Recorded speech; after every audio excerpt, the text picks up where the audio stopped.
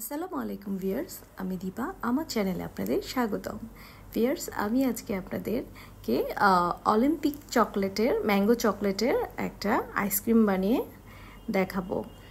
এখন যে গরম, এই গরমের মধ্যে ঠান্ডা ঠান্ডা আইসক্রিম খেতে তো সবারই পছন্দ, খুবই পছন্দ করে সবাই। তাই ভাবলাম যে একটা আইসক্রিমের রেসিপি নিয়ে চলে আসি।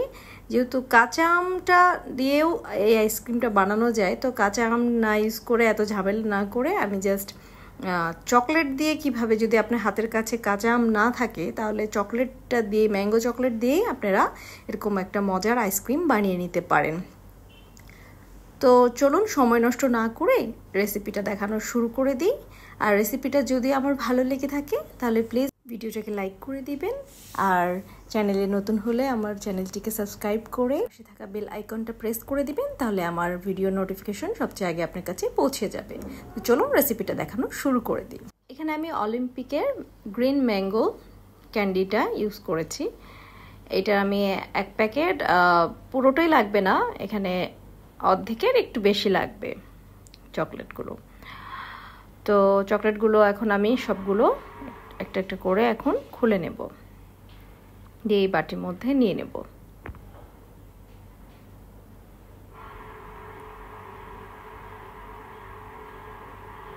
তো সবগুলো আমি খুলে নিলাম। এখন চুলাতে একটা প্যান বসিয়ে নিলাম, এর মধ্যে আমি 1 কাপ পানি নিয়ে নিলাম। এখন এর মধ্যে আমি 1/4 কাপ চিনি নিয়ে নিলাম, মানে 4 ভাগের 1 ভাগ চিনি নিলাম। 1 কাপের 4 ভাগের 1 ভাগ দিয়ে এখন এটাকে আমি ভালোভাবে নেড়ে নেড়ে গুলিয়ে নিলাম পানিটা। এখন এর মধ্যে আমি চকলেটগুলো দিয়ে দিলাম।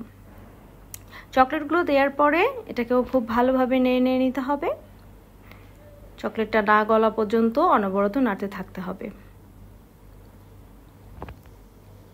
খুব সহজেই এটা গলে যায়, খুব বেশি ঝামেলা করতে হবে না। কিছুক্ষণের মধ্যেই দেখবেন গলে পানির সাথে মিশে গেছে। তো যেহেতু কালারটা একটু লাইট হয়েছে, তো আপনারা এরকমও করতে পারেন আইসক্রিম, আর যদি চান তো আমার মতন একটু ফুড কালার ইউজ করতে পারেন। আমি এখানে গ্রিন ফুড কালার ইউজ করেছি। তো হয়ে আসলো আমাদের আইসক্রিমের মিশ্রণটা। এখন একটা এরকম মোল্ডের মধ্যে আমি আইসক্রিমের মিশ্রণগুলো নিয়ে নিলাম। এখানে আমি মোল্ড ইউজ করেছি, আপনারা যে কোনো একটা গ্লাসের, ছোট ছোট গ্লাস যদি থাকে তার মধ্যেও এটা জমাতে পারেন, বা ওয়ান টাইমের কোনো গ্লাস থাকলে সেটাতেও, কাগজের যে ওয়ান টাইম গ্লাসগুলো আছে ওগুলোতেও আপনারা জমাতে পারেন। ঢালা হয়ে গেল। এখন আমি এগুলো সারা রাতের জন্য আইসক্রিমটা জমতে রেখে দিলাম ফ্রিজে। সারা রাত ফ্রিজে রাখার পরে বের করে এখন দেখছি যে আইসক্রিমটা আমাদের একদম খুবই সুন্দরভাবে জমে গেছে। আইসক্রিমটা এত মজার, কি বলবো, অসাধারণ ললি একটা আইসক্রিম। আমরা যেটা বাজার থেকে কিনে ললি আইসক্রিমটা খাই তার থেকেও এটা 2 গুণ বেশি মজার এই আইসক্রিমটা। এটা একবার খেলে আপনাদেরকে এভাবেই করে করে খেতে ইচ্ছা করবে, আর বাজার থেকে কিনে খেতে ইচ্ছা করবে না। তো এই তীব্র গরমে মনকে শান্তি দেওয়ার জন্য এরকম মজাদার আইসক্রিম বানিয়ে ফেলুন। খুব সহজেই এটা হয়ে যায়, তাই আপনারা সবাই এটা অবশ্যই ট্রাই করবেন। আর আমি আবার নতুন একটা রেসিপি নিয়ে আসবো। ততদিন ভালো থাকবেন, সুস্থ থাকবেন। আল্লাহ হাফেজ।